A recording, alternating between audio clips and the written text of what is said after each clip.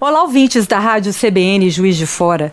Nesta sexta-feira, o Pequeno Expediente recebe a deputada federal Margarida Salomão para conversar com a gente sobre um assunto que está mexendo com a vida dos brasileiros e está gerando muito debate, muitas dúvidas, que é a reforma da Previdência. Olá, deputada, seja bem-vinda. Muito obrigada, Luciana, Renato, pessoal aqui da CBN. Para mim é uma honra e uma satisfação vir aqui para poder conversar com os ouvintes do Juiz de Fora sobre esse assunto, como você falou, que está mexendo com a vida de todo mundo. Deputada, a senhora vem se posicionando de forma enfática contra a PEC, da reforma da Previdência proposta pelo governo federal. Inclusive, tem criticado muitos dados que são utilizados para subsidiar, sustentar a proposta da reforma. Eu que gostaria de saber da senhora, a senhora é contra esta proposta ou é contra a reforma da Previdência de forma geral? A reforma da Previdência, no sentido de acabar com privilégios, distorções, ela tem que ser feita. Mas ela não precisa de uma emenda constitucional para isso. Há medidas tanto de caráter legislativo, infraconstitucional, quer dizer, não precisa ser uma mudança na Constituição, e outras, que são medidas mesmo administrativas, que com certeza já daria uma bela limpada na área. Agora, o que nós estamos, neste momento, enfrentando é uma situação muito desconfortável e até intolerável para o povo brasileiro. Você tem um Congresso sobre... Quer dizer, em 513 deputados, meus colegas, deputados e deputadas, você tem 300 que estão sendo investigados pela Lava Jato. Essa gente tem condições, nesse momento, de fazer uma repactuação geracional, de propor uma mudança com essa profundidade para mudar a vida dos brasileiros. O governo Temer diga-se o que se disser, um governo carente de legitimidade. Um governo que emerge numa grave crise política e que quer fazer a reforma porque esse é um compromisso com os seus, digamos, patrocinadores. Mas a reforma, ainda que seja necessária, ela precisa de ser discutida de uma forma ampla. Há uma mudança que foi feita por iniciativa do governo Dilma, a mudança chamada 85-95, em que você tem uma combinação de idade com o tempo de contribuição, que é de 2015. Essa mudança não chegou sequer a ter os seus efeitos avaliados. Então, como é que agora você já quer fazer uma mudança brutal, determinando uma unificação da idade mínima para a Previdência em 65 anos, eliminando a aposentadoria por contribuição, aliás, exigindo que as pessoas trabalhem 49 anos para terem direito a uma aposentadoria plena? Pelo amor de Deus. Aliás, deputada, esses são um dos temas que enfrentam mais resistência e são dos mais polêmicos, Isso. Estabelecimento de uma idade mínima, e a exigência de uma contribuição previdenciária de 49 anos. Isso. Outro aspecto polêmico também diz respeito a tornar igual na idade de aposentadoria de homem para mulher. Como é que a senhora avalia esses 3 pontos? Como eu tenho dito, essa equalização no fim do caminho é uma piada mórbida. Porque, a rigor, você não tem igualdade nenhuma na relação de trabalho dos homens e das mulheres. As mulheres têm uma jornada sabidamente maior, isso medido pelos institutos oficiais, os levantamentos acadêmicos. Uma mulher, em média, trabalha por ano 73 dias a mais do que um homem. Então, se ela aposentar com a mesma idade, ela vai ter trabalhado 9 anos a mais. Isso não são números que eu estou jogando com eles, são números que constam dos levantamentos oficiais, por conta da dupla e da tripla jornada da mulher. Além disso, as mulheres têm muito mais dificuldade de acesso ao trabalho, inclusive de mantê-lo. Aqui em Juiz de Fora, vocês mesmos publicaram outro dia a perda de 500 e poucos posições de trabalho em Juiz de Fora, fechamento de 500 e poucos posições de trabalho aqui.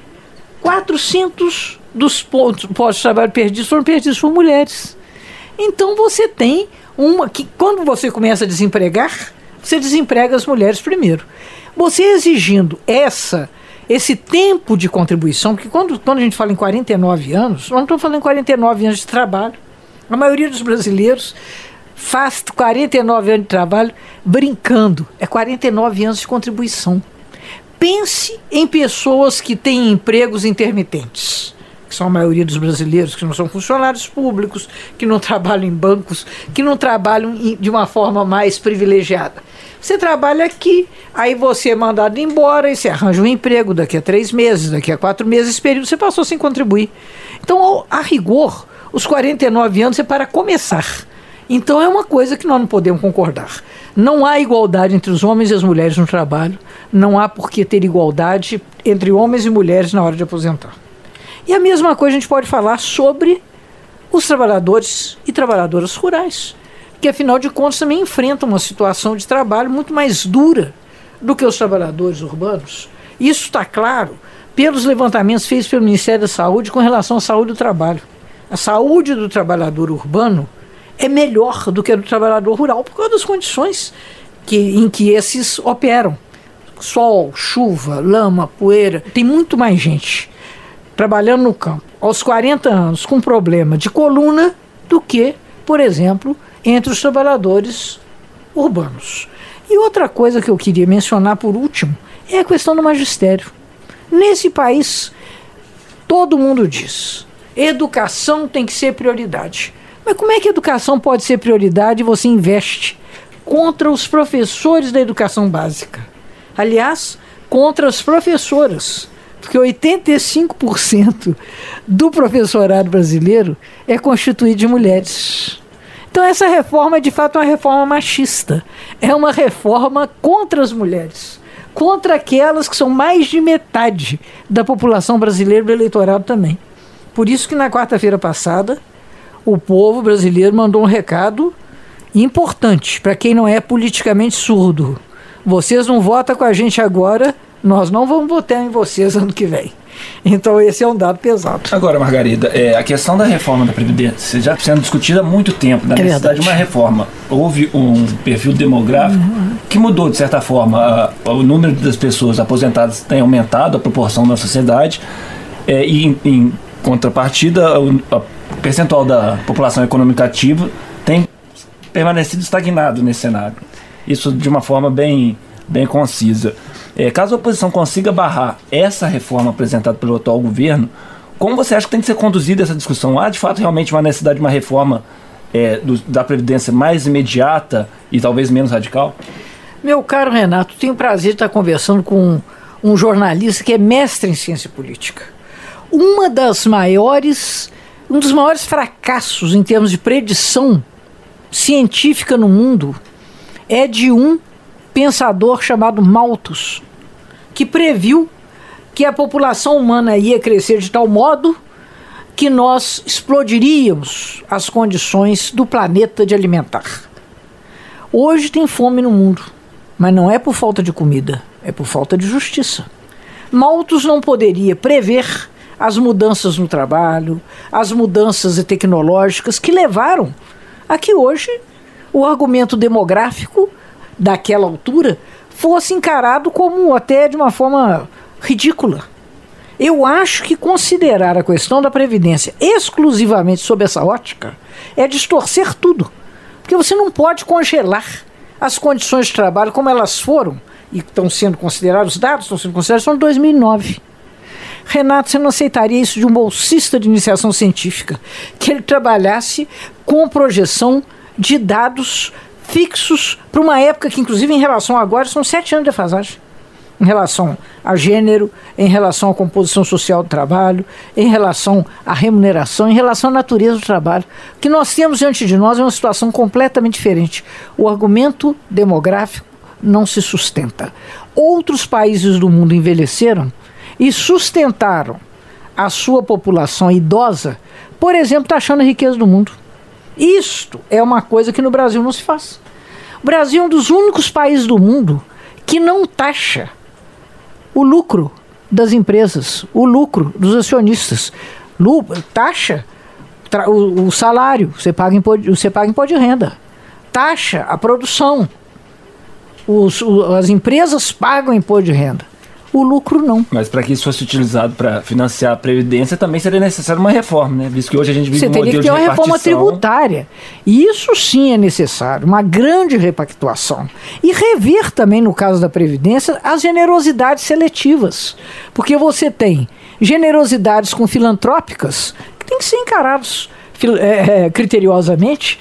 Você acaba concedendo a organizações religiosas, a organizações que se dizem filantrópicas, uma isenção que você não concede a quem emprega. Então é preciso ver isso. As desonerações que foram volumosamente concedidas também nesses últimos anos geraram um rombo na contribuição previdenciária. Então essas coisas todas têm que ser vistas, os devedores. Aliás, o relator da reforma da Previdência, o deputado Arthur Maia, é um dos maiores devedores da Previdência na Bahia. É possível uma coisa dessa? Chega a ser ridículo, né? O deputado, a senhora falou sobre o relator da reforma. Como é que está o clima lá no Congresso? Como é que está o clima lá na Câmara? A senhora vê que o governo vai ter condição de conseguir mais de 300 votos que 308 que ele precisa para conseguir a votação? Queria fazer um adendo nessa pergunta da Luciane, que eu acho que vem a calhar também. Qual a forma que a oposição, a senhora acha mais correta para barrar isso? Realmente negar a proposta como um todo ou emendá-la? Porque há quem diga na oposição que emendá-la é aprovar a intenção do governo, que apresentou a peça mais radical para sofrer realmente esses adendos e passar a peça pretendida. Do jeito que a reforma está, ela não passa. Semana passada houve uma votação na Comissão Especial da Previdência, na qual o governo tem ampla maioria. 12 pessoas votaram a favor, 12 contra e 12 se abstiveram. Então você vê o clima. As manifestações da semana passada são manifestações ouvidas com atenção por quem vai disputar voto ano que vem. Então, não é simples chegar a aprovar a reforma da Previdência. As pessoas dizem, mas votou a PEC do teto dos gastos, que hoje é a emenda constitucional 95. Gente, isso passou na surdina, porque a maioria das pessoas, as pessoas comuns, elas não sabem o que é teto de gasto orçamentário. Isso é fácil de passar. Agora, dizer, olha, você vai aposentar, você vai ter que contribuir 49 anos, você vai aposentar com mais de 70 anos. Para pessoas jovens, que são hoje a maioria do país, dos atuais contribuintes, está afetando 76%.